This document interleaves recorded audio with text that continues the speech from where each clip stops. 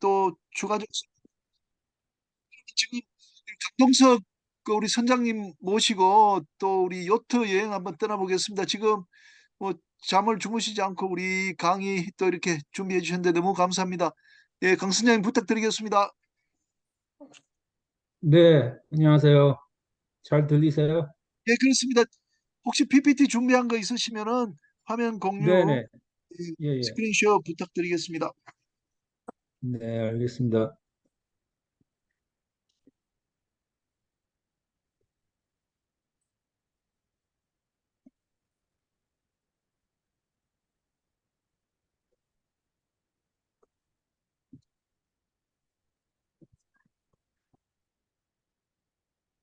네, 잘 보이세요? 예, 예, 잘 보입니다. 인생은 탐험이다. 네네. 네, 예, 우선 이렇게 바쁘신 와중에 이렇게 참석해 주신 여러분께 감사드리고요. 그리고 이렇게 귀한 자리에 초청해 주신 김영 교수님과 김영애 선장님께 감사드립니다.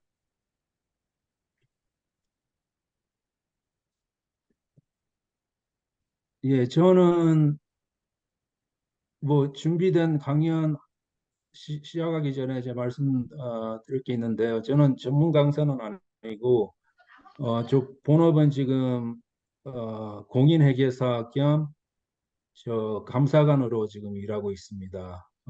말솜씨도 많이 부족하고 하지만 많은 분들이 저 이야기를 듣고 싶어 하셔서 이렇게 용기를 내 강연을 하고 다니고 있고요. 최근에는 강연을 좀 많이 했습니다. 학교, 교육기관 등등에서 강연을 했고요. 우선 저 소개를 저 탐험에 대해서 제가 말씀드리겠습니다. 저는 총 5개의 탐험을 했었는데요. 첫 번째 탐험은 혼자서 태평양 요트 횡단을 했습니다. 그다음에 두 번째 탐험은 거의 4년 동안 해서 혼자서 요트로 세계 일주를 했었고요. 그다음에 저 또 산에 관심이 있어서 히말라야에 있는 세계에서 12번째로 높은 산인 브로드 피크 등반에 도전을 했습니다.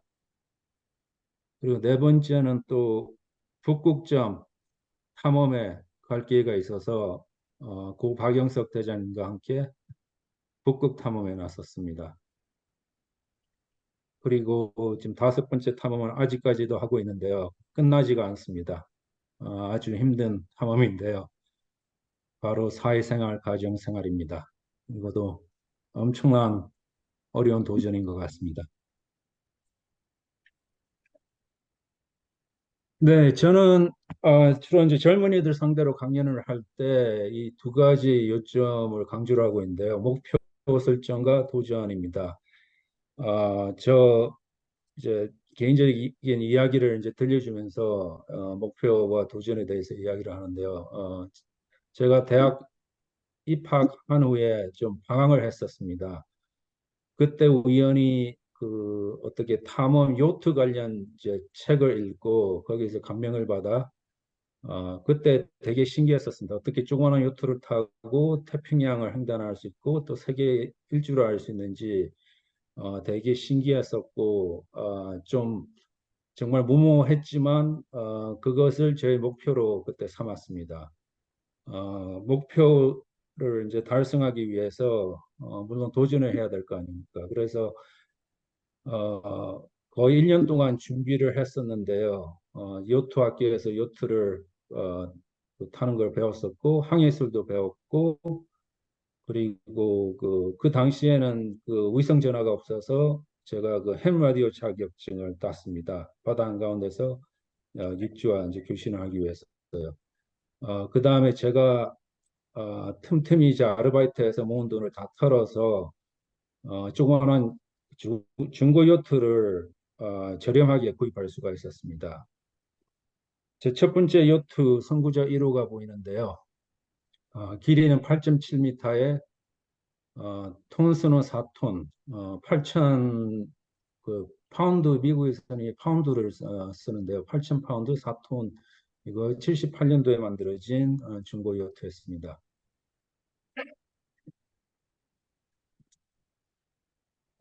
이 배를 타고 제가 이제 한국까지 LA 상구까지 가겠다고 하니까 제 부모님께서 난리가 났습니다.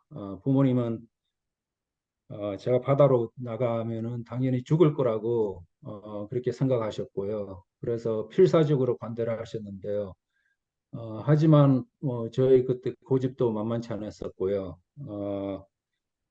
결국에 뭐 그런 이야기 있잖아요. 자식 이기는 부모 없다고요. 그래서 제가 어떻게 설득을 했냐면은 시작이라도 할 수 있게 하면은 제가 만약에 힘들고 그러면은 다시 기수로 돌려서 돌아오겠다고 약속을 드렸습니다. 그러니까 부모님께서 어쩔 수 없이 허락을 해주셨고요. 그렇게 어렵게 시작을 했었는데요. 그때 출발한 모습이 MBC 뉴스에 보도된 적이 있습니다. 우리 백진 아나운서 모습 보니까 아주 옛날 동상이라는 걸 아마 아실 것 같은데요. 예, 보여드리겠습니다.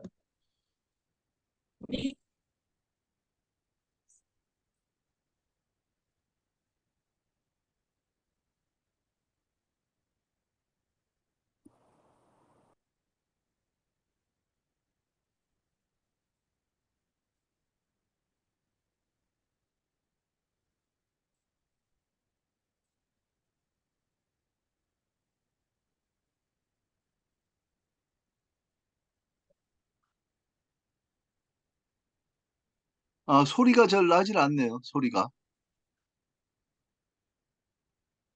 예, 강 소리가 선생님 안 나? 소리가 잘 나질 않았었고, 그게 뭐,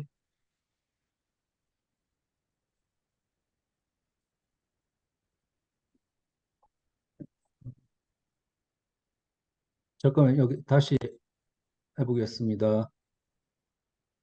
소리가 안 나. 으로서 제 자신이 얼마나 강한가 이제 그걸 알아보고 미국에 사는 한 교포 대학생이 로스앤젤레스에서 부산까지 11,700km를 요트를 타고 횡단하는 항해에 나섰습니다. 예. 이번 항해를 위해서 6개월간 항해수를 공부하고 무선 통신사 자격도 획득했다는 강동석 군은 80여일간의 태평양 항해를 거쳐서 내년 1월 말쯤 부산항에 도착할 예정입니다. LA에서 정정행 특파원이 보도합니다. 돈 벌고 좋은 직장에 취직하는 것이 주 관심사인 요즘 젊은이들의 꿈의 한계를 뛰어넘어 대자연에 도전해보고 싶었다는 것이 동석군의 얘기입니다. 미국의 아버지 따라서 이민 온 지 10년 UCLA 대학 3학년인 강동석군은 700만 원을 주고 산 4톤짜리 중고선 요트 선구자호를 타고 80일간의 태평양 횡단에 나섰습니다. 도전해보고 그럼으로써 제 자신이 얼마나 강한가 이제 그걸 알아보고 또 다른 청소년들에게 뭐 좀 보여주고 싶어서 우리도 한국 사람들도 이런 거를 할 수 있다. 이제 그 점을 보여주기 위해서 이렇게 생각하게 됐습니다. 애초에 반대했던 강군의 부모도 아들의 고집을 꺾지 못하자 항해 장비를 갖춰주며 격려했습니다.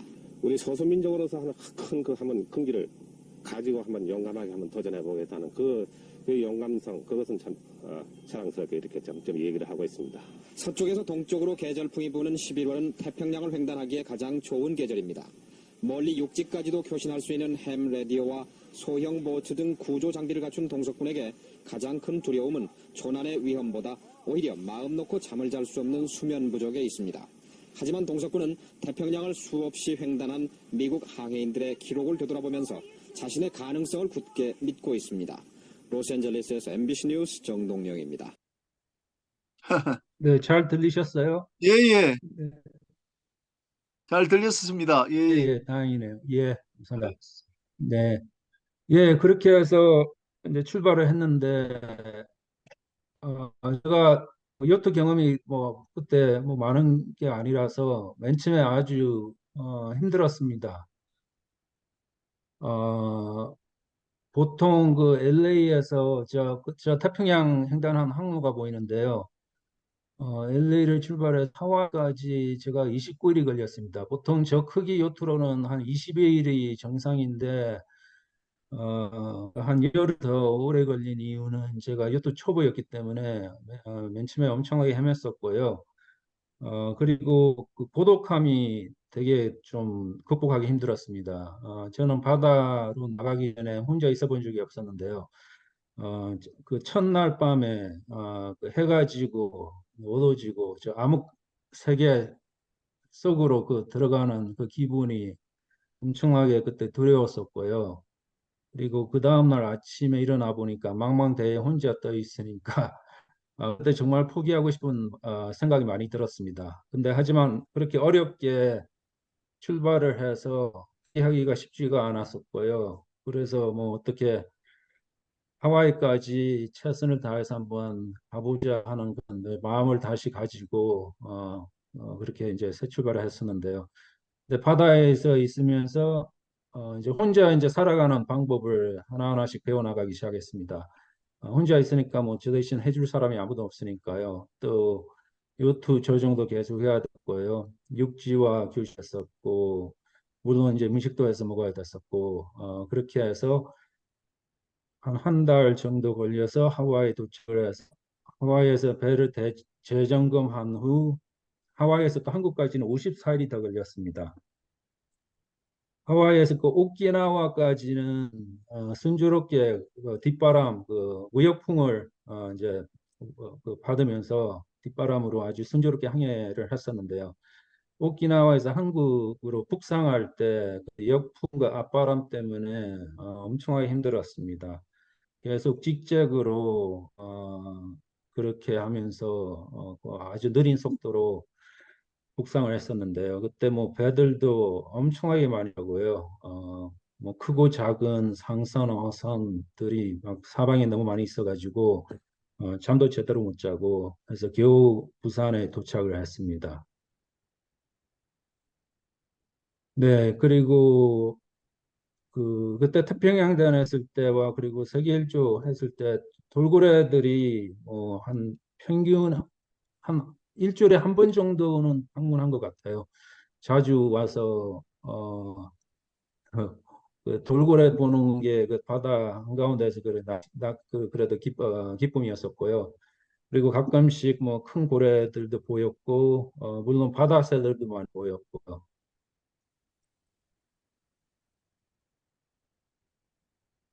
네. 그 부산에 이제 제가 접근하면서 이제 태종대가 드디어 보였습니다. 그다음에 이제 밤늦게 수육만 투장에 도착하니까 어머니 기타게 기다리고 계셨고요. 저는 그 선구자 1호로 태평양단을 해서 세계 일주를 할 수 있다는 자신감을 얻었습니다. 하지만 선구자 1호는 배가 작다는 생각이 들어서 배를 처분하기로 했었는데요. 그 당시 그 크루즈급 요트가 아주 귀한 시절이었습니다. 한국에는요. 90년도 초반대요.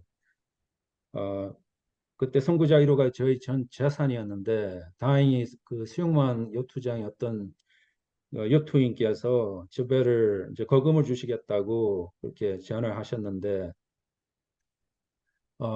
근데 또 그때 우리 저 대한민국 또 해군 측에서 연락이 왔습니다. 해군 사관학교 측에서 배를 그 기증을 받아서 그 사관 생도들을 이제 훈련시키는 실습선으로 쓰고 싶다고 그렇게 말씀하셨더라고요. 그래서 고민이 됐지만 저는 이제 아버지의 권유로 배를 해군사관학교에 기증을 하기로 했습니다. 이제 배를 기증을 해서 한 후에 저는 또 한국에서 연세대에서 1년 동안 교환학생으로 공부할 기회가 있었는데요. 공부도 열심히 했지만 무엇보다도 잘했던 건 그 산악부에 가입을 해서 그 산악 기술을 많이 배웠고요. 서울의 그 북한산 도봉산에 가서 주말마다 산악 기술을 배웠었고 그 사진에 보이는 모습은 저 동기들과 그때 동계훈련 들어간 모습이 보이는데요. 그때 일주일 동안 설악산에 들어가 있었습니다. 네, 이제 연세대에서 공부를 마친 다음에 저는 또 세계 일주에 나서려고 혹시나 하는 마음에 기업 몇 군데도 찾아갔습니다. 태평양대를 했기 때문에 저를 도와줄 수 있는 기업이 있을 거라는 그런 이제 생각을 했었는데요. 근데 다 거절하셨고 그때 좌절하고 있었는데 저는 저 아주 친한 친구와 지인들의 도움으로 이 선구자 2호, 두 번째 요트를 어렵게 구입할 수가 있었습니다. 이 배는 1호보다 약간 더 컸었고요. 길이는 9.2m에 너비는 한 4m 정도 됐었고 톤수는 5톤이었습니다.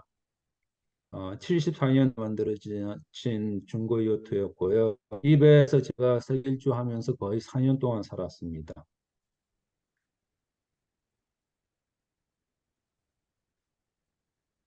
네, 선구자에 이어 설계도가 보이는데요. 맨 위에서를 보시면 저 돛대가 상당히 높았습니다. 돛대 길이가 그때 한 12m 정도 됐었고요.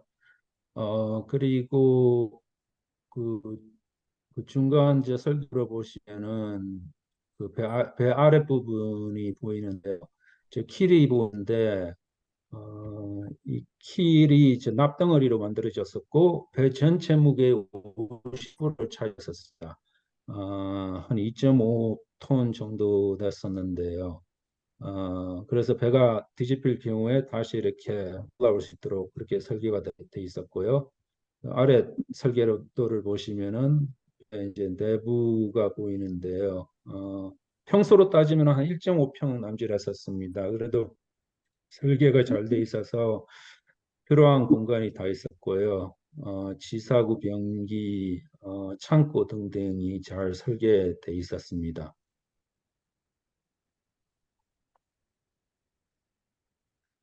네, 세계 일주 저 항로가 보이는데요. 맨 처음에 LA를 출발해서 하와이까지 갔습니다. 하와이에서 이제 남태평양 쪽으로 내려갔었는데 이때 적도를 처음으로 지나갔었고요. 그래서 남반구로 처음으로 이제 갔습니다. 사모아에 도착해서 그다음에 거기서 피지에 있다가 호주 브리스반에 가서 거기에서 태풍철을 보냈습니다. 태풍철이 지난 다음에 호주 북부의 다윈 쪽으로 올라가서 여기 토레스 해협 통과해서 인도양으로 이제 진입했습니다. 인도양에서 이제 인도양 한가운데 있는 코코스 섬 아주 아름다운 섬이었습니다. 예, 예, 산호섬이었는데요. 코코스 섬에서 또 모리셔스에서 이제 희망봉 쪽으로 왔었는데요. 이때 저 항해가 되게 힘들었습니다. 왜냐하면 세계에서 제일 센그 해류 중에 하나인 그 아갈라스 그 해류 때문에 아주 항해가 그때 막 파도도 되게 거칠었었고요. 그래서 아주 기상에 신경을 많이 써야 됐었습니다. 이제 어렵게 그때 희망봉을 돌고 이제 케이프타운 들려서 대서양에 들어와서 대서양 한가운데 있는 세인트 헬레나 섬, 우리 저 나폴레옹의 유배지로 유명한 섬이죠. 여기 여기서 이제 카리브에 있는 그라나다 섬에 들렸습니다. 카리브에서 이제 파나마 운하를 통과했었는데요. 파나마 운하를 통과했을 때는 그때 1박 2일이 걸렸었고요. 그때 통행료가 그 톤수로 따지잖아요. 보통 제가 알고 있기로는 상선 같은 경우에는 한 몇 천만 원 이상, 어쩔 때는 뭐 몇 억 정도 행비를 주는 걸로 알고 있는데요. 저 배는 톤수가 5톤밖에 안 돼서 그 당시 150불을 줬습니다. 엄청나게 싸게 통행료를 내고 지났었고요. 그때 되게 신기했습니다. 관문을 통과해서 관문을 들어가니까 계속 이제 물을 집어넣으면서 이제 그 호수까지 올라와서 또 관문으로 또 다시 내려가고 되게 신기했었고요. 파나마 운하에서 하와이까지 갔었는데 이게 제일 긴 구간이었습니다. 그때 2달이 걸렸었고요. 보통 항해 구간이 한 달 정도 됐습니다. 한 달 정도 됐었는데 그때 파나마 운하에서 하와이까지는 2달이 걸렸었고요. 그리고 하와이에서 지금 마이크로네시아에 있는 코스라이 섬을 거쳐서 오키나와 한 다음에 이제 마지막 기착지인 부산항에 도착을 했습니다. 총 항해 거리는 7만 3천 킬로였었고요. 정확히 항해 기간은 3년 5개월 동안 항해를 했습니다.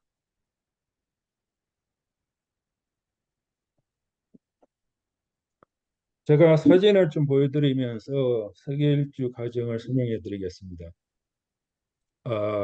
제가 이제 교회를 다니는데요. 그때 다니던 교회 담임 목사님께서 나오셔서 안전항해를 위해 기도를 해주셨습니다. 항해 첫날인데요. 이제 밧줄을 풀고 떠나는 모습이 보이는데 그때 많은 분들이 나와주셨습니다. 너무 감사했었고요. 네, 또 많은 분들이 궁금해 하시는데요. 파도 한가운데서 뭘 먹었냐고 그렇게 많이들 물어보시는데요. 제 배가 작다 보니까 냉동 시설이 없었습니다. 냉장고가 없다 보니까 이 통조림을 많이 싣고 다녔었고요. 이 사진을 자세히 보시면 이게 산표 깻잎입니다. 깻잎을 이렇게 많이 싣고 다녔었고요. 그리고 라면, 인스턴트 뭐 그런 걸로 많이 해서 먹었습니다. 그리고 뒤에 보시면은 이제 CD도 보이는데요. 그 당시는 뭐 CD 시대였기 때문에 CD를 좀 많이 갖고 다녔습니다. 예. 주로 즐겨 듣던 그 음악은 뭐 가요, 예, 이문세, 김광석, 뭐 김현식 그런 가수들을 예, 저 세대 가수들을 좋아하다 보니까요. 어떤 그 CD를 싣고 다녔습니다. 네, 이 중화는 요트도 이렇게 자주 이렇게 육지에 올려서 수리를 해줘야 됐었는데요. 이 사진은 제가 피지에서 그때 육지에 올려서 한 달 동안 아주 큰 수리를 해야 됐었습니다.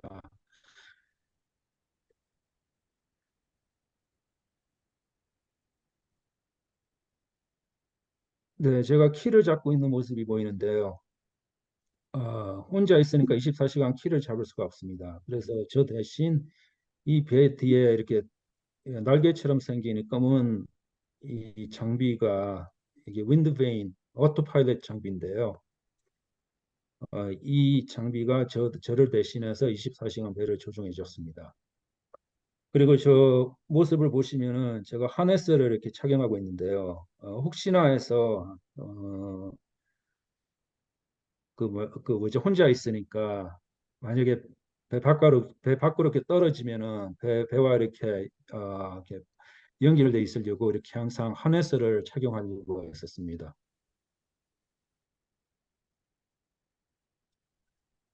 네. 그리고 제가 항해했을 때는 그때 이 전자해도라는 게 없었습니다. 그래서 종이 해도를 한 몇백 개 정도 갖고 다녔었고요. 연필과 자로 이렇게 항상 표시를 했습니다. 예, 왼쪽 사진 보시면은 예, 제가 그 항해 자료를 지금 보고 있는 모습이 보이는데요. 현실 모습이 있습니다.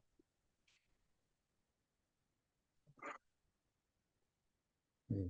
그리고 혼자 항해 이제 하는 것 중에 그 제일 큰 애로 상황이 편안하게 자는 것입니다. 2명 이상 항해를 하면은 이렇게 교대해 가면서 이렇게 항해를 할 수가 있는데 혼자 있다 보니까 그게 불가능했습니다. 그래도 잠은 자야 되니까요. 이렇게 선실 안에서 틈틈이 잠을 자려고 했습니다. 하지만 워낙 민감해서 배에 대한 그 걱정, 그 두려움 때문에요. 제가 자는 동안에 배가 다른 방향으로 갈 수도 있고요. 또 뭐 상선 아니면 어선하고 충돌할 수도 있고 하는 그런 걱정 때문에 편안하게 잠을 잘 수가 없었습니다. 되게 민감했었고 그래서 항상 피곤했었습니다. 네, 저 수평선에 저 유조선 한 대가 보이는데요. 어, 저는 유조선이 뭐 아시겠지만 뭐 몇십만 톤 하잖아요. 주변은 아까도 말씀드렸지만은 5톤밖에 안 된다고 말씀드렸는데요. 부딪히면은 뭐 아주 대형 문제 사고죠. 어, 그래서 저런 배가 보이기 시작하면은 잠을 그렇게 편안하게 잘 수가 없었습니다. 항상 긴장해야 됐었고요.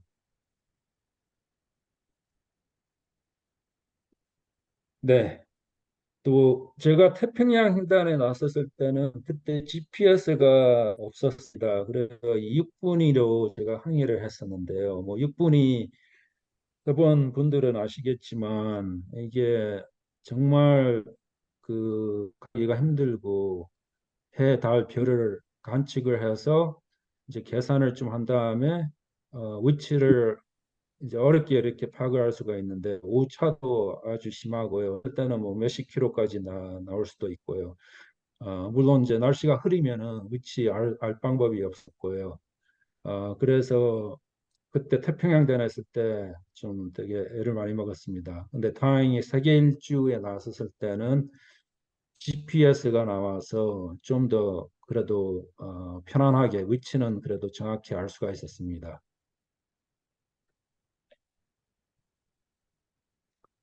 네, 그리고 육분위가 워낙 그때 중요했기 때문에 혹시나 해서 육분위 두 개를 항상 갖고 다녔습니다. 네, 보통 우리 한국이나 뭐 수용한 육투장, 그래 뭐 하와이, 미국, 호주 그런 선진국에는 마리나 시설이 아주 잘 돼 있는데요.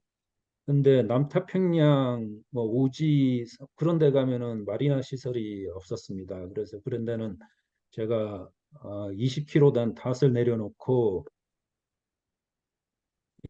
오게 보이는 조그만한 저 고무보트로 저 엔진이 보이는데요. 아웃보더가 저게 2마력짜리입니다. 2마력짜리 엔진을 부착해서 육지와 배 사이로 왔다 갔다 했었습니다. 네, 또 배가 작다 보니까 제가 정수기가 없었습니다. 그래서 마시는 물은 전부 다 싣고 다녔었는데요. 한 150리터 정도를 갖고 다녔습니다. 비가 오면은 또 빗물을 받아서 물탱크를 다시 채우곤 했었는데요. 그 마시는 물을 아끼기 위해서 나머지는 다 바닷물로 했습니다. 양치질, 설거지 그런 것은 다 바닷물로 했었고요. 어, 쌀도 씻을 때, 맨 처음에 씻을 때는 바닷물로 하고, 막은 이제 식수로 이제 이렇게 헹구고 그랬었습니다. 네.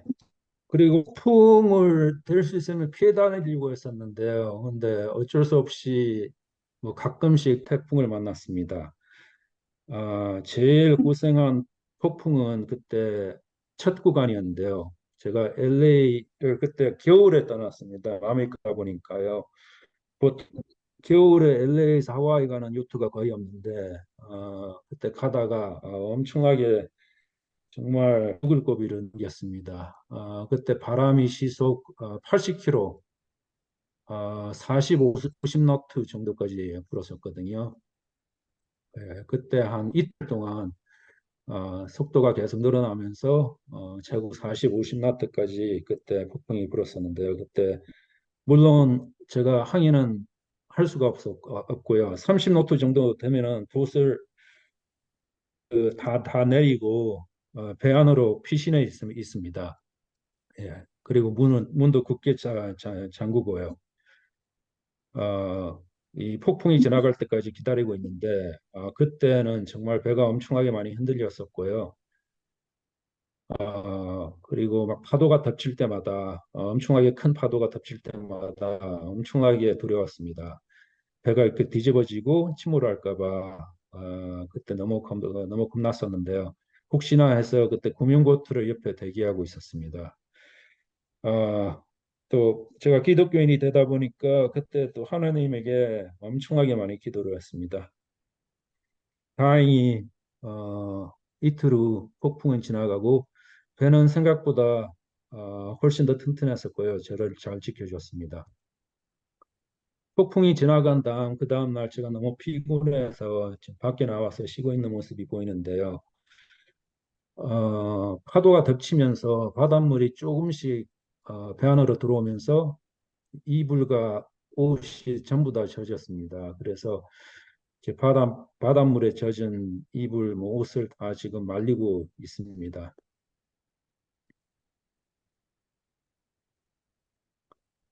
네, 그리고 무풍지대도 만만치 않았습니다. 어, 주변은 뭐 돛담배니까요.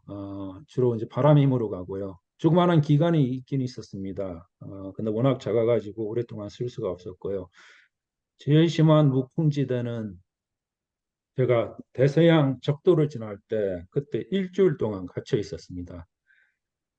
그때는 정말 폭풍보다 더 힘들었던 것 같아요.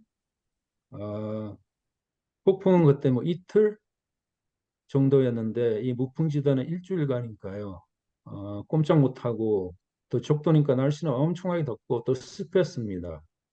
땀은 펄펄 계속 흘리면서요. 또 아까도 말씀드렸지만 저 냉장고가 없다 보니까요. 그때 되게 아주 시원한 음료수가 되게 간절했습니다. 일주일이 지나니까 바람이 조금씩 불면서 어렵게 높은 지대를 탈출할 수가 있었고요.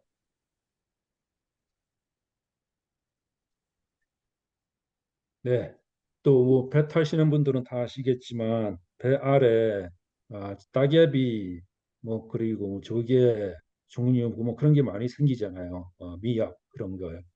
그래서 자주 이제 그런 게 생기면서 마찰로 배 속도가 늦어지니까 자주 다이빙을 해서 그 주로 따개비죠. 따개비 제거 작업을 해야 됐었습니다. 하면서 또 배 아래 상태도 점검을 해보고요. 네. 그러니까 기간에 대해서 말씀하셨는데요. 저 기간은 되게 작았습니다. 태평양 다녔을 때 승구자 1호는 그때 13마력짜리 엔진이었고요. 그리고 승구자 2호는 27마력짜리 엔진이었습니다. 근데 엔진이 작다 보니까 주로 돛담배잖아요. 그래서 제가 기름을 많이 싣고 다닐 수가 없었습니다. 지금 사진에 보이는 모습은 그 지금 기름을 넣고 있는 모습인데요.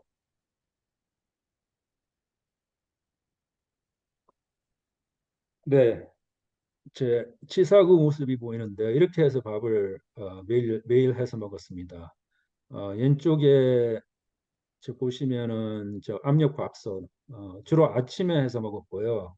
그 아침에는 그래도 따뜻한 밥으로 먹었었고 점심 저녁은 이제 식은 이제 밥으로 해서 먹고 오른쪽은 제가 또 주로 즐겨 먹던 통조림이 김치찌개 통조림이었습니다. 그걸 지금 해서 먹는 모습이 보이는데요. 그리고 치사구 원료는 그때 알코올 원료를 썼습니다. 아시는 분들은 아시겠지만 알코올 원료가 별로 좋지가 않습니다. 화력이 약해가지고요. 근데 제가 배를 샀을 때 벌써 이 치사 도구가 부착이 돼 있어가지고 제가 그 교체를 하지 않았습니다.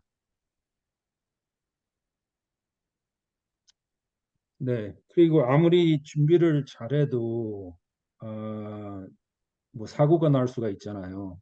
특히 바다 한가운데서 큰 사고가 나면은 되게 아찔한데요. 지금 사진에 보이는 모습은 자세히 보시면은 보시겠지만 저 가로도대가 그때 반으로 부러지는 그런 일이 있었습니다. 제가 항해를 계속 하려고 그래서 밧줄을 해서 이렇게 좀 묶어 놓은 그 모습이 보이는데요. 그 다음 기착지에 도착해서 이제 바로 가로도대를 이제 땜질해서 이제 고쳤습니다. 네, 많은 분들께서 저 세계 일주 그를 어떻게 그 비용이 많이 들 건데 어떻게 했냐고 이제 그런 질문을 많이 하세요. 맨 처음에는 엄청나게 힘들었습니다. 아까도 말씀드렸지만 스폰서가 없어가지고요. 그래서 다행히 가는 데마다 교민들의 도움을 상당히 많이 받았습니다. 하와이, 사모아, 피지 가는 데마다 교민들께서 참 너무 양면으로 너무 많이 도와주셔가지고요. 너무 감사했었고요. 그래도 카드빚이 그때 잔뜩이었고요. 다행히 제가 호주에 도착하니까 드디어 기업 스폰서가 생겼습니다. 그 당시에 그 데이콤 국제전화 공공이사가 저를 도와주셨고요.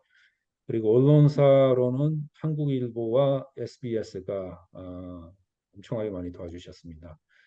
이 사진의 모습은 그때 오키나와에 방문하셔서 스폰서분들이 오셔가지고 저를 격려해 주셨습니다.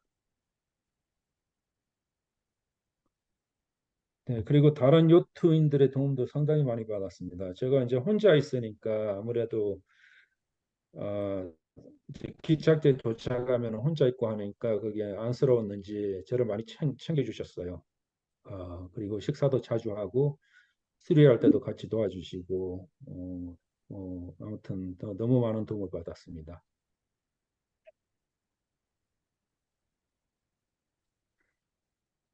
네, 낚시도 가끔씩 했습니다. 이 만세기를 제일 많이 잡은 것 같아요. 네, 저 주로 줄 낚시 트롤링이라고 하죠. 트롤링 낚시로 해서 잡았는데요. 그리고 또 참치, 알바코 그 참치도 많이 잡았었고요. 예, 아무튼 낚시도 가끔씩 했었고 또 날치도 알아서 그냥 배 위로 산상 위로 이렇게 올라왔었고요. 그래서 날치가 이렇게 구워 먹으니까 공차하고 맛이 되게 비슷하더라고요.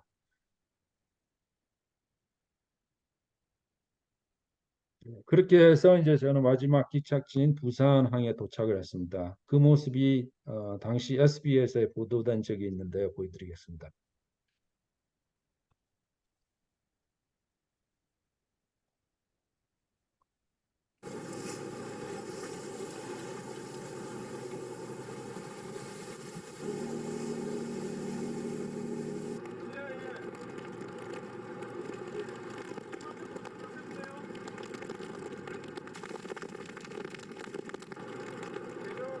거친 바다와 싸우며 3년 5개월, 총 항해거리 7만 킬로미터의 대장정을 끝낸 강동석의 선구자 1호가 오늘 비가 오는 가운데 해군 함정의 호위를 받으며 부산 앞바다에 모습을 드러냈습니다.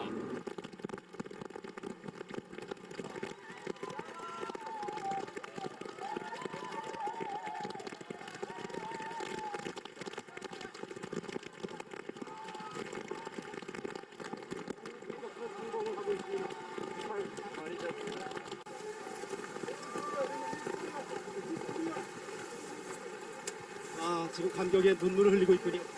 네, 많은 취재진이 주위에 모여서 제대로 접근을 할 수가 없습니다.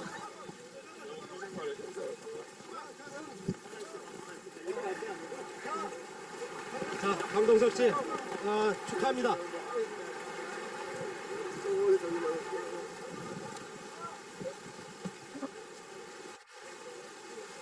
네, 오랜만에 만남 얼마나 감격스럽습니까? 자, 강동석 씨 잠깐만 이쪽으로 와주시죠. 네. 정말 그 많은 분들의 축하 속에 이제 성공을 마쳤습니다. 모자를 이렇게 좀 올려보시고요.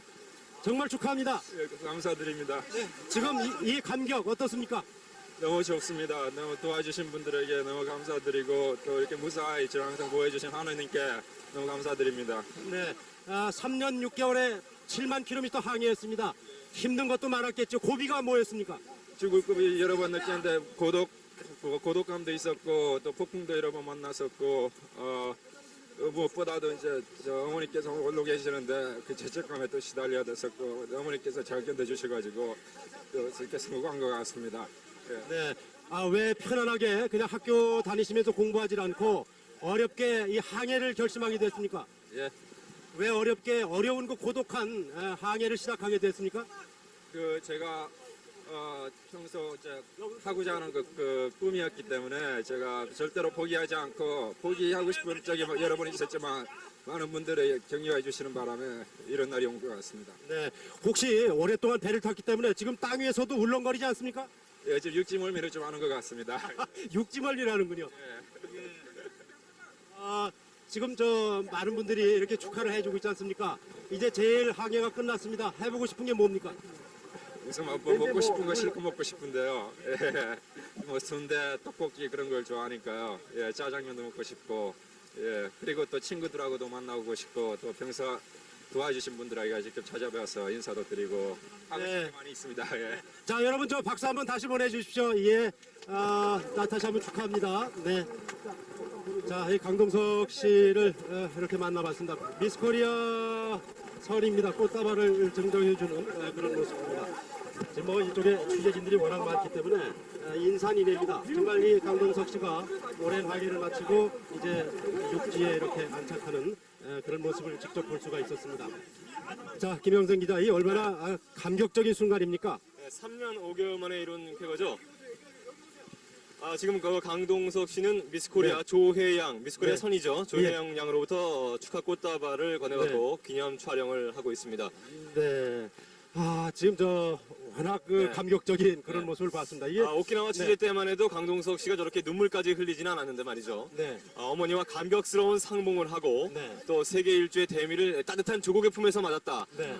이런 점에서 스스로 감격에 겨워서 눈물을 흘리고 있는 것 같습니다. 네, 그렇습니다. 지금 환영의 꽃다발 그리고 기념 촬영이 이어지고 있습니다. 대한남아의 기계를 마음껏 세계에 과시한 그런 쾌거가 아닐 수 없습니다. 저는 궁금한 게 있습니다. 네.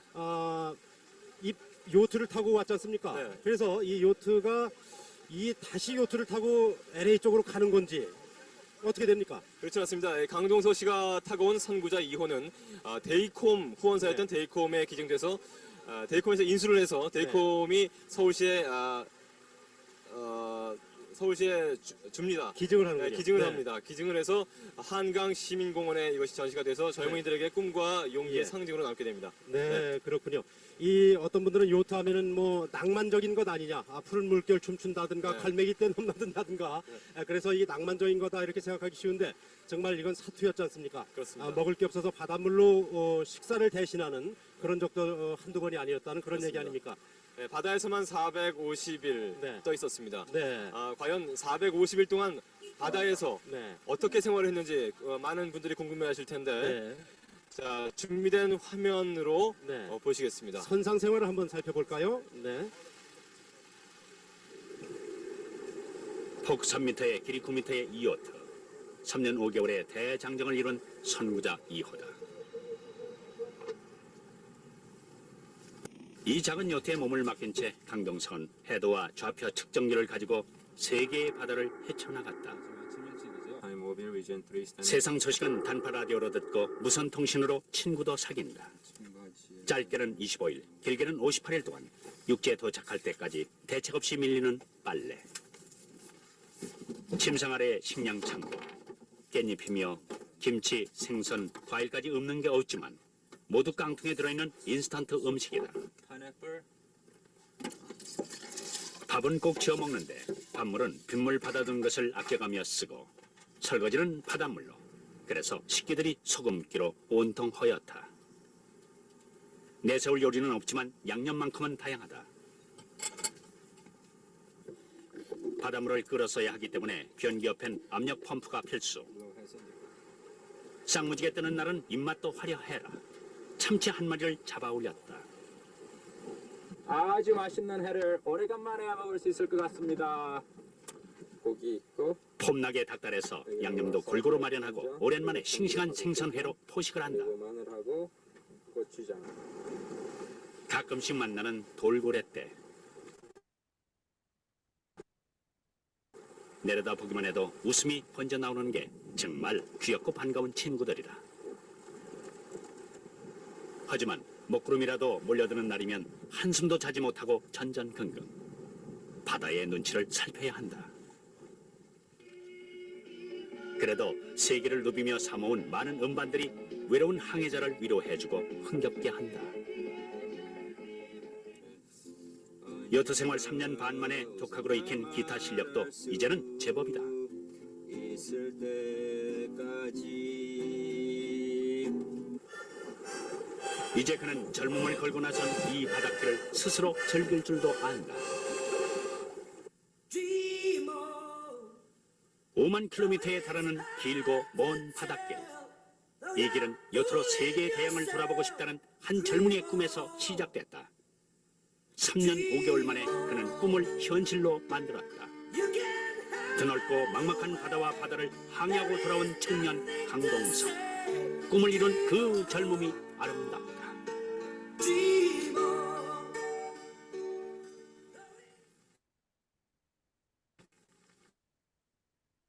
네. 직선거리 5만 킬로미터, 항해거리 7만 킬로미터, 자랑스러운 세계 일주 단독 성공에 꼬리를 한 강동석 씨의 그 감격스러운 표정 보셨습니다. 혹시 연약한 마음을 갖고 있는 젊은이들이 있다면 이 강동석 씨의 성공을 교훈 삼아서 굳건하고 강인한 의지를 갖는 그런 계기가 됐으면 좋겠습니다. 김영선 기자, 오늘 쾌거를 함께 하게 돼서 무척 기뻤습니다. 오늘 수고했습니다. 네. 지금까지 부산 수영만 요트 경기장에서 세계 요트 세계 일주에 성공한 강동석 씨의 도착 모습을 현장에서 보내드렸습니다. 여기는 부산입니다. 네. 이제 부산에 도착한 후 저는 이제 청와대 초청을 받아서 당시 김영삼 대통령님께서 저를 환영해 주셨는데 너무 감사했습니다. 대통령께서는 저에게 신한국인상이라는 상을 주셨고요. 예, 너무 감사했습니다. 네, 이제 바다 탐험은 세계 일주로 이제 끝났어요. 좀 있어서 제가 소속돼 있던 그때 연세대 산악부가 세계에서 12번째로 높은 산인 히말라야 파키스탄에 위치한 브로드 피크에 도전했을 때 같이 참여를 했습니다. 근데 산은 정말 뭐 바다도 힘들지만 산도 만만치 않았습니다. 우린 최선을 다해서 정상으로 올라가려고 했지만 너무 험했었고 날씨도 협조를 안 해줬고요. 사진에 보이는 모습은 우리가 이제 전진 캠프 ABC까지 올라가는 모습이 보이는데요. 보시다시피 되게 가파랐었고 그때 낙석도 엄청나게 심했습니다.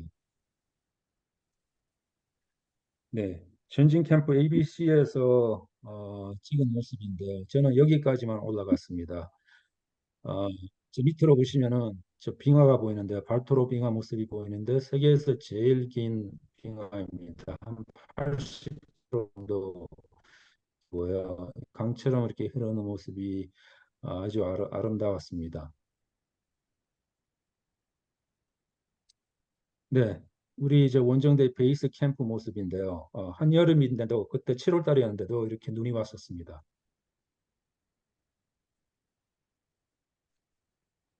네, 우리 이제 원정대 모습이 보이는데요. 주로 대학생들이었고요. 20대. 그리고 우리 대장 임공택 대장님은 그때 30대 초반이시였는데 정말 그 최선을 다해서 정상으로 올라가고 있었는데 날씨가 나빠지는 관계로 우리가 캠프 3에서 캠프 2로 내려올 때 너무 안타깝게도 대원 한 명이 아끼는 후배 허승관 대원이 그만 사라지고 말았습니다. 실종돼서 그때 원정을 이제 그때 그만둬야 됐었고요. 우리 저 허승관 대원을 찾으려고 다녔지만 찾을 수가 없었습니다. 우리가 추측하기로는 아마 크리바스에 빠졌을 거라고 생각을 했었는데요. 너무 아무튼 너무 슬픈 그런 상황이었습니다. 영원히 못 찾을 줄 알았던 학생들이 보통 그렇게 하가에서 지면은 찾기가 힘든데요. 영원히 못 찾을 줄 알았는데 재작년에 빙하가 녹으면서 22년 만에 그때 빙하가 녹으면서 그 베이스 캠프 근처에서 발견이 됐습니다.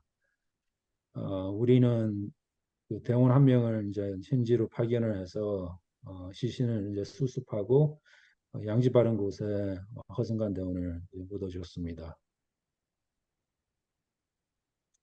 허승관 대원은 그 당시 나이 만 27이었고요.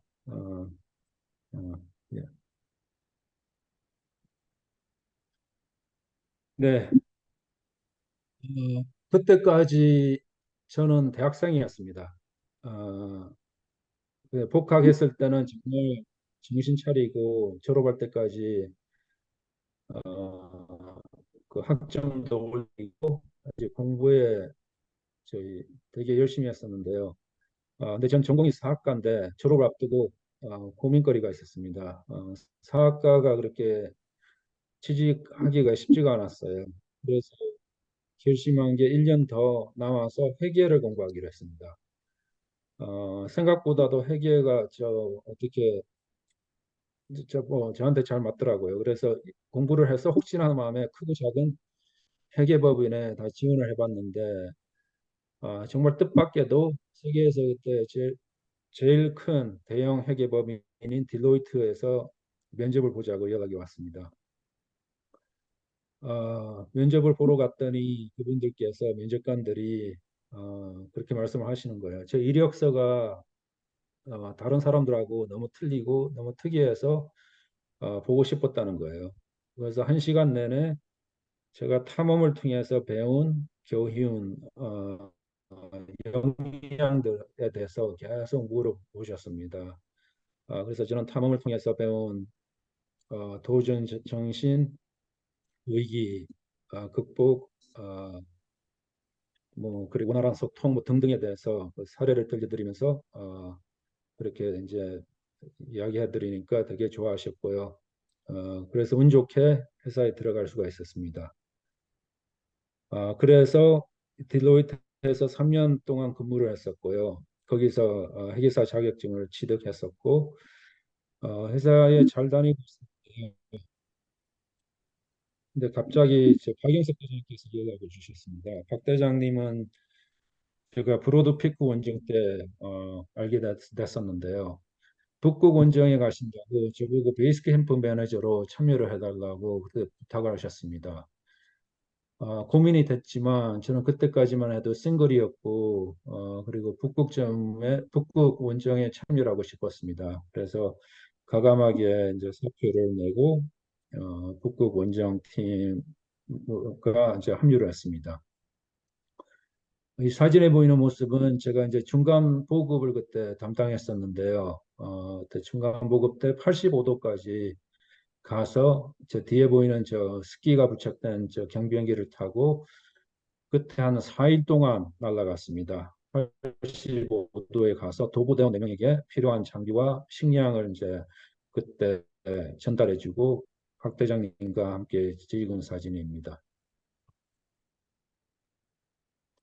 네, 북극 관련 뉴스를 하나 보여드리겠습니다. 박영석 대장의 북극 원정대는 지금 이 시간에도 북극점을 향하고 있습니다. 오늘 테마 기획은 안정적이고 편안한 삶을 뒤로한 채 인간 한계에 도전하는 모험을 선택한 북극 원정대원들의 얘기입니다. 이강 기자입니다. 지난 97년 한국인 최초로 단독 요트 세계 일주에 성공한 36살 강동석 씨. 4년 전 미국 공인회계사 시험에 합격한 뒤 로스앤젤레스의 대형 회계법인에서 일하던 이른바 잘나가는 직장인이었습니다.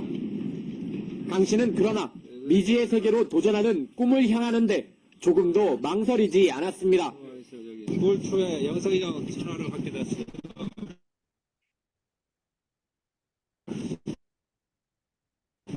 내년에 북극에 가는데 갈 의사가 있느냐. 그래서 제가 딱 꼬박 하루 생각하고 바로 그 다음날 사표를 냈습니다. 그런데 원정대가 떠날 수 있을지 모르겠네요. 북극 원정대 베이스 캠프에서 강 씨는 원정대와 관련된 모든 뒷바라지를 책임지고 있습니다. 기상 상태와 지형 상황 등 필요한 정보를 수집하고 대원들의 목숨이나 다름없는 중간 보급 역시 강 씨의 몫입니다. 네, 양발이랑 다른 그 카메라랑 보낼 수 있는 거 다 보내라고 할게요. 일단 내가 저 상호경을 통화할게. 우리 옷 좀 다시 와야 돼. 옷 때문에 죽을 맛이야. 쫓는 이들의 열정은 이미 북극점 위에 다가갔습니다. SBS 이강입니다.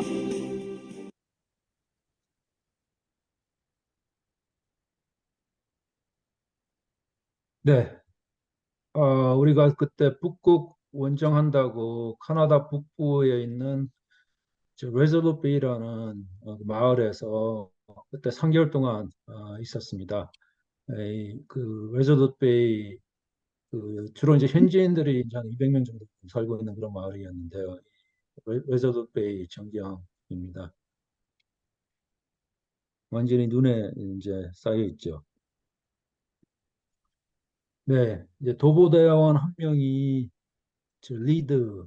그러니까 이제 북극점은 뭐 아시겠지만 육지가 아니고 이제 꽁꽁 얼음인데요. 이제 바다인데, 예, 그래서 그때 도보대원들이 2월 달에 출발을 한 겁니다. 한여름에는 북극점에 걸어서 갈 수가 없고요. 얼어 있어야지만 이제 갈 수가 있으니까요. 저 썰매가 100kg 정도 되는 엄청나게 무거운 썰매였는데 저는 썰매를 끌고 그때 2달 동안 걸어서 북극점에 도착을 했습니다. 네, 그 도보대원이 4명이 있었는데요. 오른쪽에 박영석 대장님, 그 옆에 그 원정 막내 정찬일 대원, 그리고 오희준 대원, 그리고 맨 왼쪽에는 홍성택 대원이 이제 보이는데요. 예, 이제 걸어서 이제 북극점에 무사히 도착을 했었고요. 보시다시피 완전히 위험해져, 완전히 수염이 다 얼어 있고 아주 아무튼 엄청나게 저 어려운 상황에서 극복을 해나가면서 인간 승리라고 저는 그렇게 생각을 하고 있고요. 이 4명 중에 좀 불행하게도 안타깝게도 저 2명은 저 고인이 됐습니다. 저 박영석 대장님과 오희준 대원. 박영석 대장님은 아시겠지만 2011년도에 아나푸르나에서 코리아 루트를 개척하시다가 그만 실종되셨고요. 아직도 못 찾고 있고요. 그리고 오희준 대원은 그 에베레스트에서 똑같이 저 코리아 루트를 개척하다가 그만 눈사태로 사망했습니다. 네, 우리 박영석 대장님 또 사진이 보이는데요. 그때 추위가 영하 40도, 체감온도 영하 70도까지 내려갔습니다. 정말 혹독한 이 추위를 이겨내셔야 됐었는데요.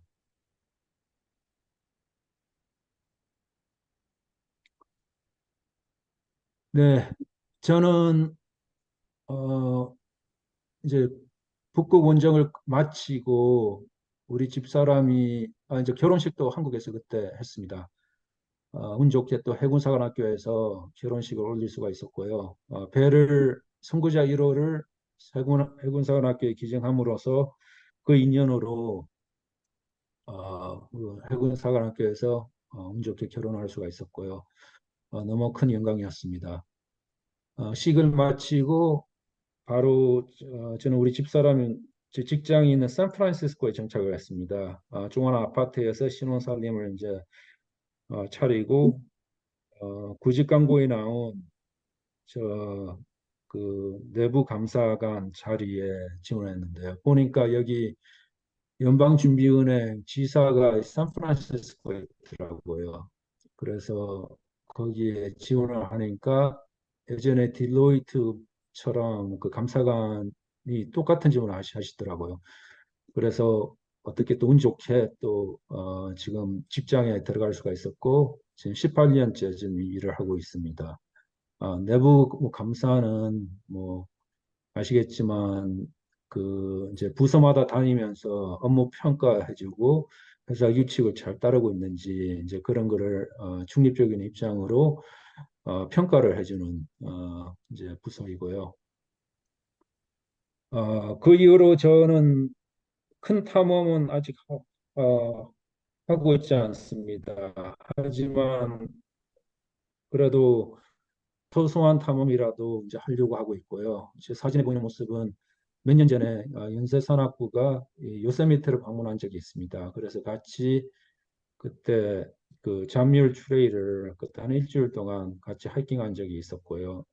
그리고 또 연세대하고 같이 할프도 암벽 등반도 했었고 아주 뭐 긴 기간 동안 큰 탐험은 아니지만 그래도 이렇게 조그마한 탐험은 계속 유지하고 있습니다. 네, 그리고 작년에 저 책을 냈는데요. 인생은 탐험이다라는 책인데요. 정말 많은 정성을 퍼부었습니다. 이 책을 쓰려고요. 제가 오늘 정말 짧은 시간에 많은 말씀을 못 드리고요. 관심이 있으시면 이 책을 꼭 보시기 바랍니다. 많은 에피소드도 있었고 비하인드 스토리도 엄청나게 많이 있는데요. 이 책에 자세가 다 들어 있습니다. 기회가 되시면 꼭 보시길 바라고요. 네, 그리고 또 재밌는 저, 저 에피소드 제가 하나 말씀 드릴 게 있는데 제가 회사에 입사를 하고 몇 년 후에 또 박영석 대장님께서 또 연락을 주셨습니다. 이번에는 남극에 가신다고 저보고 같이 가지고 가셨는데 그때는 제가 벌써 혼자 몸이 아니고 그때 저 애들도 있고 해서 그때 정중히 그때 거절했습니다. 네. 그리고 제가 탐험을 통해서 참 얻은 것도 많고 잃은 것도 많이 있는데요. 아까 말씀드린 저 동료들이 안타깝게도 이제 고인이 돼 있어서 그게 너무 참 너무 슬픈데 탐험을 제가 나서면서 얻은 게 너무도 많이 있습니다. 제일 큰 거는 아, 제가 이 어리숙한 제가 탐험에 나서지 않았더라면 이렇게 좋은 분들을 절대로 만날 수가 없었습니다. 우선 한국일보의 배승환 이사님 그리고 제가 항해 도중에 포기를 하려고 한 적이 있었습니다. 하와이 도착을 하니까 제 아버지가 돌아가셨다. 열흘 전에 아버지가 돌아가시고 장례식도 다 마쳤다는 그런 비보가 기다리고 있었어요. 그래서 저는 절망했었고 거기서 바로 세계일주를 그만두려고 했었는데 그때 방황도 엄청나게 많이 했었고요. 근데 그때 LA에 계시는 우리 신남철 회장님께서 후원회를 만들어 주셨고 해서 거기에 용기를 얻어 항해를 계속할 수가 있었습니다. 그리고 저 해군에 그 계시는 김용환 제동님 지금은 한국해양대학교 군사대 교수님이신데요. 김용환 제동님께서는 아직까지도 대한민국 해군과 좋은 관계를 이렇게 가질 수 있도록 도와주고 계십니다. 네, 이걸로서 제가 준비한 강연은 마치도록 하겠습니다. 다시 한번 이 귀한 자리에 초청해 주신 김인현 교수님과 김영애 선장님께 너무 감사드리고요. 또 이렇게 열심히 경청해 주신 여러분께도 감사드립니다.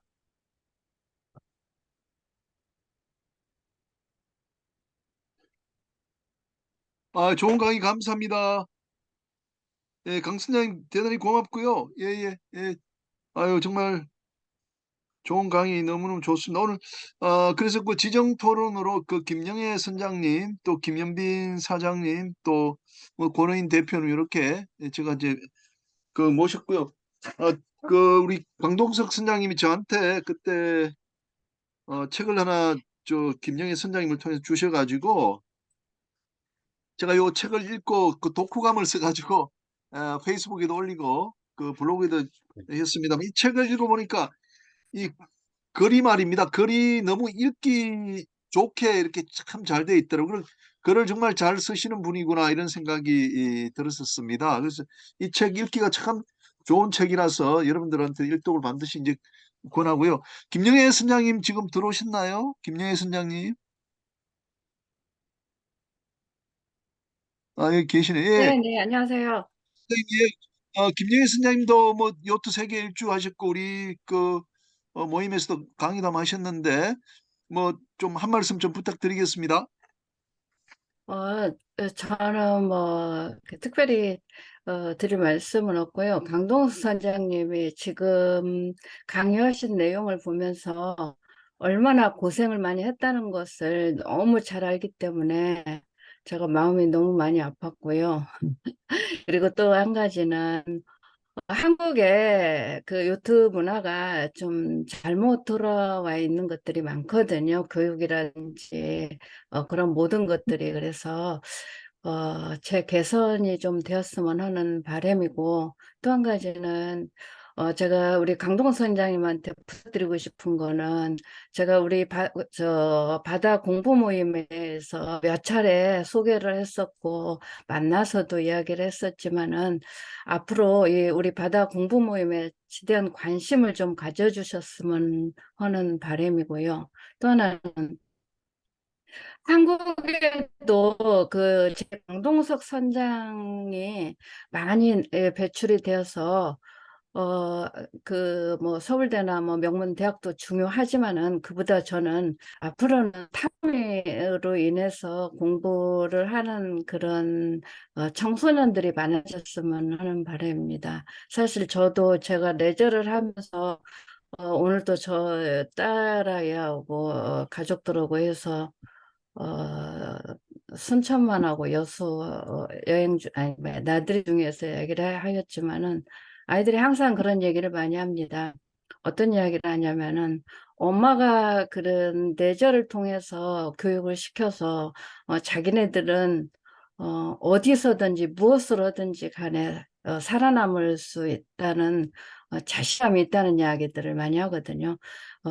사실 지금 강동수 선장님도 그런 얘기를 안 하셨지만 지금 재무부 장관 엘렌 그 할머니가 우리 강동수 선장님을 특별히 아끼고 또 채용을 했다는 것을 제가 알거든요. 그랬듯이 스펙이란 꼭 한국에서는 좀 문제가 야기가 많이 되지만은 저는 스펙은 무조건 탐험이라고 생각을 하거든요. 아무튼 한국에도 제2의 강동석 선장이 많이 나왔으면 하는 바람입니다. 저는 그거 뭐 제가 특별히 드린 말씀이었고 또 아까 이제 서두에 말씀드렸듯이 강동 선생님께서 우리 정말 제가 이런 사적인 모임이라든지 그런 단체에 가입하는 그런 성격이 아니고 이렇게 그런 좀 낯가림이 심한 성격인데요. 저는 이 바다 공부 모임이 대한민국 최고의 모임 단체라고 저는 생각을 하거든요. 그래서 선장님께서 이제 앞으로 퇴직 후에 한국에서 한국으로 들어오신다는 얘기도 하셨고 해서 바다 공부 모임에 한 일원으로서 좀 많이 활동을 해주셨으면 하는 그런 바람입니다. 저희 말씀은 다 나눴습니다. 예, 예. 감사합니다. 김유희 선생님 고맙고요. 특별히 뭐 대답은 나중에 모아서 이렇게 하셔도 될 것 같습니다. 자, 그러면 김빈 대표님 좀 부탁드리겠습니다.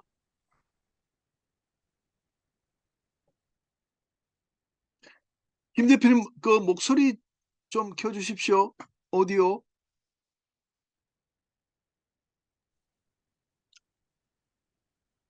예, 저 김현빈입니다. 강동석 선장님, 존경하는 강동석 선장님 강의를 잘 들었습니다. 저도 제 무의식 중에 요트에 대한 관심이 있어서 한번 작년에 스크랩 해놓은 게 마침 생각이 나서 그걸 바탕으로 해서 말씀을 드리겠습니다. 오늘 보니까 우리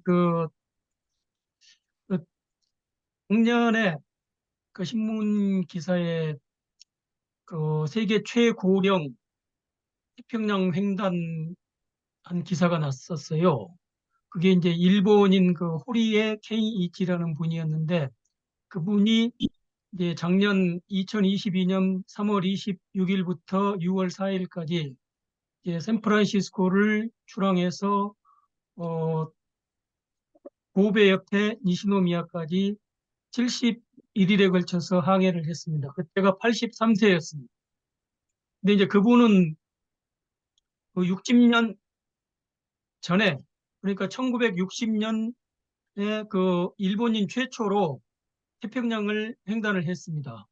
단독 무기항으로. 근데 이제 그리고 또 그분은 1973년에 일본인으로서 첫 세계 일주 항해를 했습니다. 근데 그 항해를 쭉 둘러보니까 우리 강동석 선장님하고 이 비슷한 부분이 많이 있어요. 근데 보니까 꼭 30년 시차가 있는데요. 우리 일본인이 태평양을 횡단한 게 1960년 23살 때였고요. 그 다음에 우리 강동석 선장님이 어, 역으로 샌프란시스코에서 LA에서 부산에 온 게 1990에서 91년까지 그 꼭 30년 시차를 두고 태평양 횡단을 하셨고요. 그다음에 이제 첫 세계 일주도 보니까 두 분이 거의 36살 때 아마 했던 것 같아요. 근데 그분은 275일 동안에 걸쳐서 단독 무기양 세계 일주를 하셨고, 우리 강동석 선장님은 3년 5개월에 걸쳐서 이제 횡단을 하셨어요. 그리고 또 이제 그분의 특징이 하나가 이제 세계 최고령 그 태평양 횡단이라는 기록이 있었는데, 제가 이제 강동석 선장님한테 한번 여쭤보고 싶은 게, 물론 이제 그 산행 항행을 마치시고 또 이제 뭐 브로드 피크 같은 그런 항해도 그 등반도 하시고 하셨는데, 혹시 그 뭐 다시 태평양 횡단에 도전해서 세계 최고령 기록을 한번 갱신해 볼 그런 의사는 있으신지 한번 여쭤보고 싶고요. 그리고 이제 두 번째는 예, 예. 예. 그래서 예, 예. 우선 그 답변해 주시면 고맙겠습니다. 네네, 예. 네, 제가 질문 감사하고요. 제가 케니치 호리의 그 멀메이드라는 책을 그 읽고 그 감명 그 받은 책 중에 하나인데요.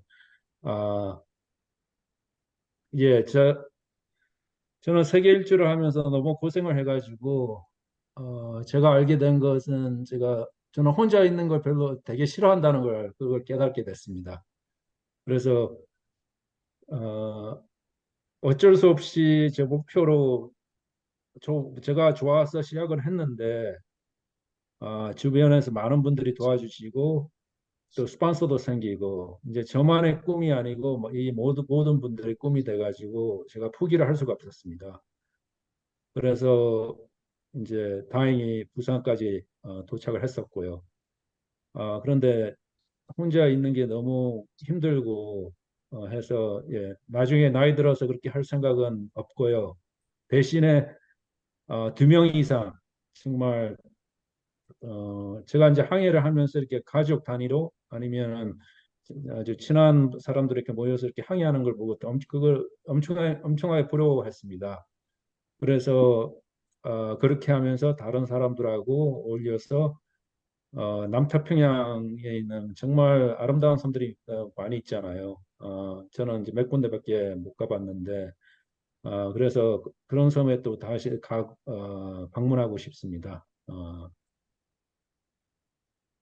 네. 예, 감사합니다. 예, 예. 그리고 이제 하나는요, 제가 질문은 아니고요. 저희가 그 1996년도에 그 해양수산부가 설립이 됐습니다. 그리고 이제 1997년도에 그 해양수산부 설립 1주년이 돼서 이제 그때 책을 만든 게 세계 해양 강국을 향한 첫걸음이라는 이제 책을 만들면서 그때 제가 이제 그 만든 업무를 담당을 했었는데요. 그때 나왔던 얘기가 그 요트 관련해서는 앞으로 우리가 2010년이나 2020년이 되면은 아마 그때가 1991년이었으니까 2010년인가 뭐 2000 그 정도 되면은 우리나라에 뭐 100명당 요트가 한 대씩 해서 마이 요트 시대가 될 것이다. 그렇게 하는데 지금 뭐 20년이 지나고 지금 30년이 됐는데 100명당 요트 한 척이 아니라 뭐 100세대당 요트 한 척도 하기 어려운 그런 상황이 됐습니다. 그러니까 물론 이제 꿈은 굉장히 아름답고 좋은데 좋습니다. 근데 이제 우리나라도 더욱더 발전을 해가지고 우리가 꼭 그 뭐 100명당 한 요트 시대, 마이 요트 시대가 오기를 바라고 또 우리 강동석 선장님의 뒤를 이어서 태평양을 횡단하고 세계 일주를 하는 그런 모험과 도전에 나서는 젊은이들이 많이 나서기를 바라겠습니다. 감사합니다. 예, 감사합니다. 예, 그다음 권오인 대표님. 예.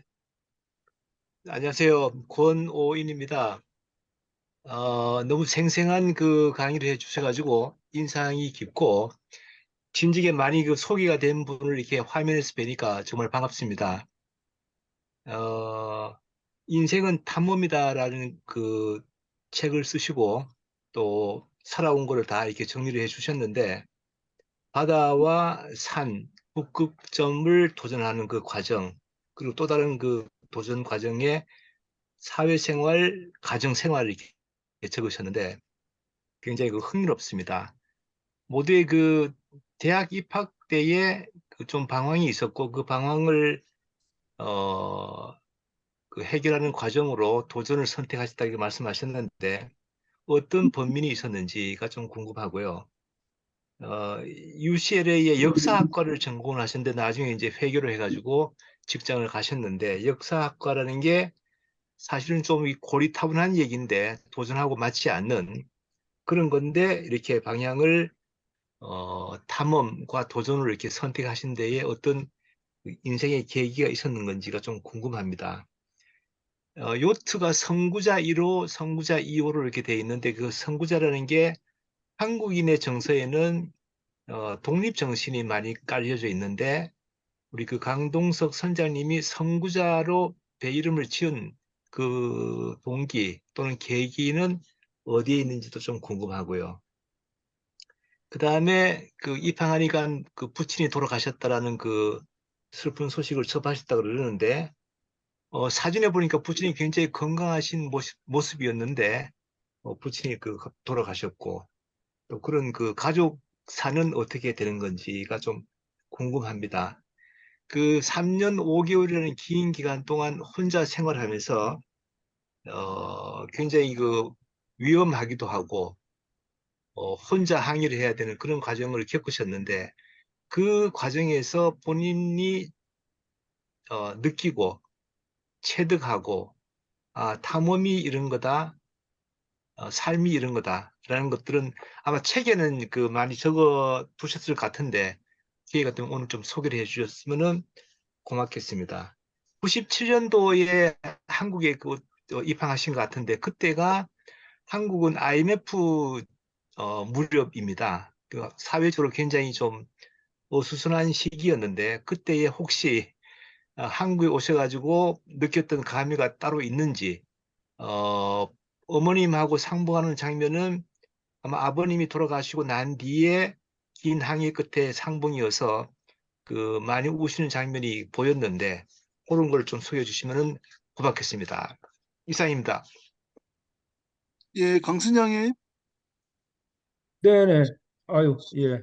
질문, 답변이 이시도요. 그 답변 가능하신 것만 하시면 될 것 같습니다. 한 5개를 그 질문하셨는데요. 네네. 예. 우선, 예. 우리 아버지는 예, 건강하셨는데, 이제 주유소를 경영하셨는데, 그때 이제 그 LA 폭동 때 좀 피해를 많이 입으셨습니다. 그래서, 아무튼, 좀 사업이 그때서부터 이제 기울어지기 시작했었고, 그래서 사모에 도착했을 때 이제 아버지는 이제 사고로 그때 돌아가셨고요. 너무, 예, 아무튼, 예, 그런 일이 있었고요. 그때, 그리고 97년도에, 그때 맞습니다. 그때 IMF가 있었는데요. 그리고 제가 아까 먼저 그 해양수산부에 말씀하셨는데, 그때 신상우 그때 장관님께서 초대 장관님이시죠. 너무 신경을 많이 써주셔가지고, 너무 감사했었고요. 그때 IMF라서 그때 뭐 저도 여기 그때 한국에 있었습니다. 모두 다 참 어려운 시절이었었고요. 배 이름 선구자는 제 아버지가 지어주셨습니다. 저는 다른 이름을 생각하고 있었는데 아버지가 선구자라고 해야 된다고 하셔가지고요. 그리고 제가 역사는 그냥 책 읽는 걸 좋아해가지고 역사책이 어쩔 때는 뭐 아무튼 저 탐험 역사를 좋아했습니다. 그래서 그런 쪽에 또 관심이 많았었고요.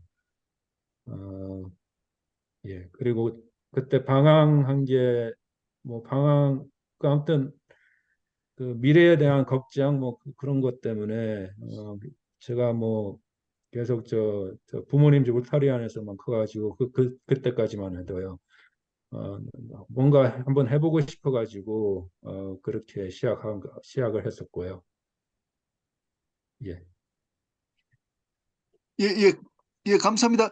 제가 좀 그 하나 좀 질문해 드리면요. 제가 이 책을 그때 다 보고 상당히 그 감명을 많이 받았었는데, 그 두 가지만 말씀드리면은 저도 이제 상선의 그 항해사 선장 생활했습니다. 우리가 들어가는 항구는 대단히 큰 항구입니다. 뭐 뉴욕, LA, 그리고 일본의 뭐 도쿄 뭐 그런 항구만 들어가거든요. 근데 이제 요트 하시는 분들은 김영애 선장님도 그렇지만 아주 조그만 그 우리 상선이나 원양 어선들이 들어가지 않는 곳까지 이렇게 들어가신 것 같습니다. 그래서 그런 그 조그만 그 적도에 있는 폴리네시아 그 섬 국가들의 그 방문 경험은 대단히 소중한 것 같습니다. 그래서 그런 것들도 별도로 좀 자세하게 책으로 펴내시면은 참 좋겠다는 생각이 들었고요. 또 하나 제가 여기서 이제 특징적으로 느낀 거는 이 강 선장님께서는 그 감사하는 마음을 여기저기에 굉장히 많이 적으셨더라고요. 사람이 도움 받았을 때 이게 감사함을 잘 표현하는 것도 참 쉽지가 않거든요. 보통 뭐 자기가 잘나서 내가 이런 성공했다 주로 이렇게 생각해 버리고 또 고마움을 알긴 하지만 표현을 잘 못 하시는데 굉장히 그런 그 감사함을 그 표현을 참 잘하셨고 그 책 중에는 보니까 이게 물이 없어갖고 빗방울을 이렇게 좀 받아갖고 뭐, 뭐 입술에 축였다 이런 내용들이 있는데 그렇게 하시면서 그 물의 소중함 이런 걸 또 그 체험을 하시지 않았나 그 생각이 들더라고요. 그래서 그런 그 배생을 하시면서 이런 좀 극한 상황을 경험하면서 더 이 세상의 모든 것에 대한 그 감사하는 마음을 더 가지시지 않나 이런 생각이 듭니다. 제가 드리고 싶은 저 질문은 두 번에 걸쳐서 이제 그 면접을 보는데 어, 우리 강 선장님이 그 택한 이 그 바다에 대한 탐험 요트 이걸 이제 그 채용하는 분들이 높이 평가했다 이렇게 말씀하셨는데 그 지금 들어가서 일하는 데는 어떤 도전 정신을 필요로 하는 데가 아니지 않습니까? 제가 생각할 때는요. 이게 회계나 이렇게 감사하는 기관은 그럼에도 불구하고 미국에서 그 강 선장님이 하신 이런 도전 정신을 되게 높이 평가하는 것은 그걸 어떤 점을 높이 그 평가하니까 그 이제 면접에서 좋은 점수를 받으셨다고 생각하시는지 그게 조금 궁금합니다. 예. 예, 예. 좋은 질문 너무 감사드리고요. 예, 또 염려도 많이 하셨어요. 왜냐하면은 만약에 제가 그 회사에 들어가서 또 몇 년 후에 또 무슨 탐험 또 떠나는 게 아니냐, 뭐 그렇게 또 예, 질문을 하셨는데요. 근데 저는 이제 제가 강조했던 것은 이제 제가 탐험을 통해서 배운 팀워크의 그 중요성. 예, 왜냐하면은 제가 저 히말라야나 북극에서는 그 같이 팀의 그 일원으로서 이렇게 협력해가면서 일을 해야 됐었고요. 그러면서 이제 그 중간 보급 뭐 등등을 그 예를 이제 들려드리면서 그 설명했었고요. 그리고 또 원활한 소통도 아주 보통 중요한 예, 이제 역량이잖아요. 예, 원활한 예. 소통. 그 특히 뭐 북극 원정에 그때 뭐 말 한마디 잘못하면은 이게 그 뭐죠 금액이 이게 숫자가 틀릴 수도 있고요. 뭐 그리고 또 우리 이제 팀원들하고 또 그 중간 보급에 필요한 게 뭔지 정확히 또 적어야 되고 모든 게 그 소통이 워낙 중요했기 때문에요. 이제 그런 것도 설명해 드렸고 예 그렇게 하니까 되게 좋아하셨습니다. 물론 어, 이게 그런 거를 그러니까 전부 다 좋아하시는 것 같지는 않았지만 저는 운이 좋아서 그때 감사관들이 그런 거를 상당히 좋아하시더라고요. 뭐 TV에서 뭐 다큐에서만 보던 뭐 그런 게 실제로 누가 눈앞에 와가지고 이렇게 제가 직접 설명해 드리니까 그런 걸 좋아하신 것 같았습니다. 예. 예, 제가 볼 때는 아마도 이제 그 세상을 보는 밝은 눈 그리고 감사하는 마음 이런 것들이 그런 저 평가관들한테 크게 어필하지 않았나 이렇게 생각이 듭니다. 자, 그러시면 또 저 질문 하실 거 있으시면 몇 분 좀 더 받도록 하겠습니다. 지금 10시 42분이니까요. 좀 한두 분 질문 좀 더 받고 마치도록 하겠습니다.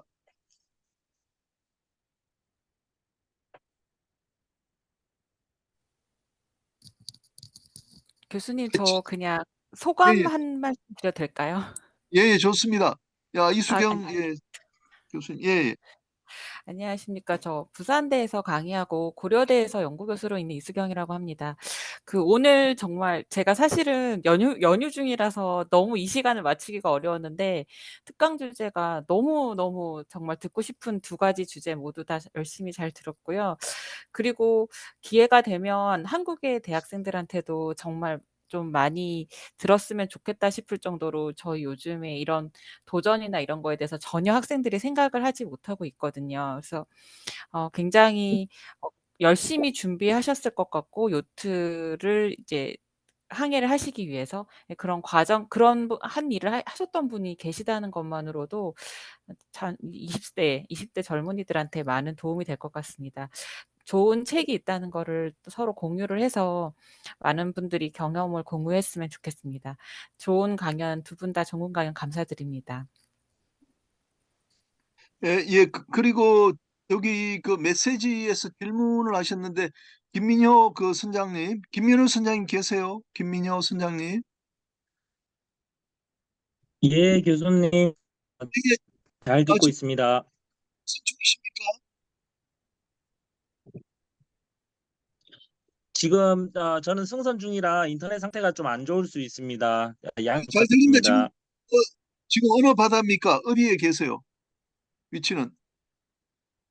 예, 아라비아시에 있고요. 내일 오늘 저녁에 호르무즈를 통과합니다. 아, 호르무즈 안으로 들어가시나요? 아라비아시 같으면. 이제 호르무즈 안에 있습니까? 밖에 예, 있습니까? 오늘 저녁에 아직 바뀌고요. 오늘 저녁에 통과를 합니다. 예, 예. 아, 여기 그 질문하셨는데 그 요트에서 그 항로 변침이 뭐 용이하셨나 이런 질문하셨는데 좀 말씀 좀 부탁드립니다. 예, 상선을 운항하는 선장의 입장에서 작은 선박들이 레이더 어, 어, 당직 사관들에게 어,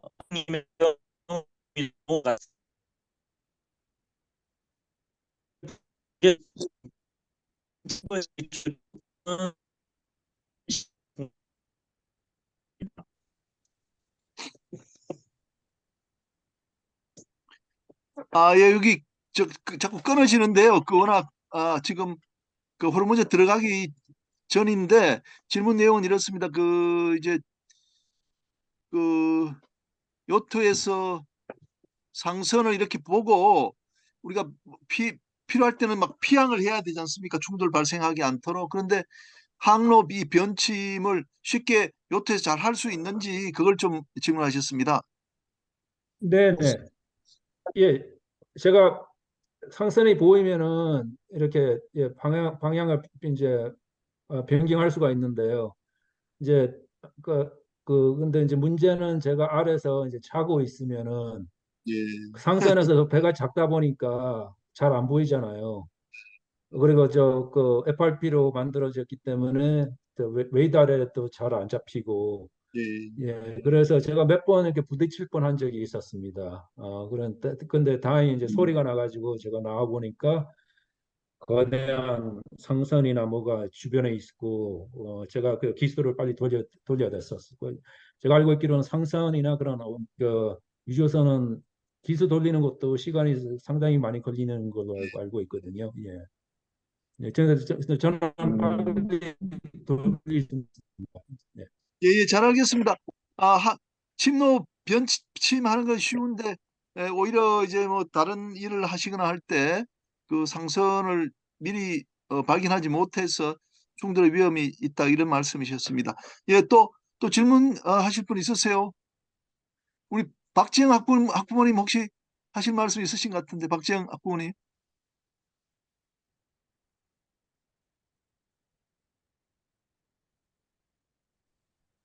저는 제가 궁금했던 건 아까 권호인님께서 대표님께서 말씀해 주셔서 됐고, 그리고 전에 저기 기간 개론에서 이현성님께서 얘기해 주신 거 제가 굉장히 집중하고 들었거든요.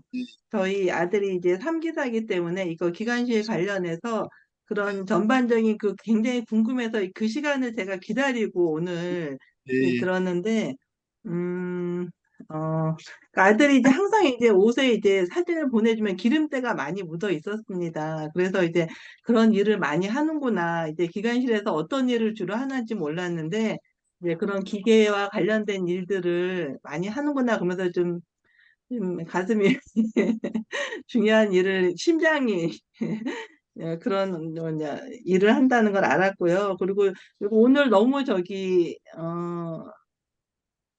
잘 설명을 해주셔서 이렇게 뭐냐 많이 배움이 되었습니다. 두 분 오늘 감사드립니다. 예, 예, 감사합니다. 예, 우리 강덕수 선장님, 좀 오디오 좀 켜주시기 바랍니다. 곧 강의 좀 마치도록 하겠습니다. 오늘 두 분 강의 정말 너무 좋았던 것 같습니다. 특히 우리 강 선장님은 지금 새벽 몇 시가 되나요? 지금은 아침 6시 아유, 50분이고요. 제가 거의 잠을 못 예, 주무시고, 예, 예. 예, 감사합니다. 예, 그리고 예. 한국에 한번 나오시면요, 저희들이 우리 멤버들이 따로 식사 한번 모시도록 하겠습니다. 오프라인 모임을 특별히 가져가지고 강 선장님 환영하고요. 또 재밌는 이야기 많이 듣도록 그렇게 하겠습니다. 오늘 너무 고마웠습니다. 감사합니다. 강 선장님. 예. 네네, 너무 감사합니다. 교수님, 예, 귀한 자리에 초청해 주셔가지고, 예, 임 한국에 부장님 가면 꼭 연락드리겠습니다. 예. 예, 감사합니다. 오늘 두 분 강의 너무 좋았던 것 같습니다. 오늘 마침 추석 연휴라 가지고 많은 분들이 안 들어오셨는데 정말 조금 아쉽고 또 우리가 동영상 만들어서 또 우리 회원들이 많이 볼 수 있도록 그렇게 하겠습니다. 자, 이걸로 오늘 강의 마치고요. 좀 또 며칠 남은 연휴 여러분들 잘 보내시기 바랍니다. 여러분 감사합니다. 수고하셨습니다. 네, 예. 감사합니다. 강 선생님 감사합니다. 예. 감사합니다. 네, 감사합니다. 네. 고맙습니다.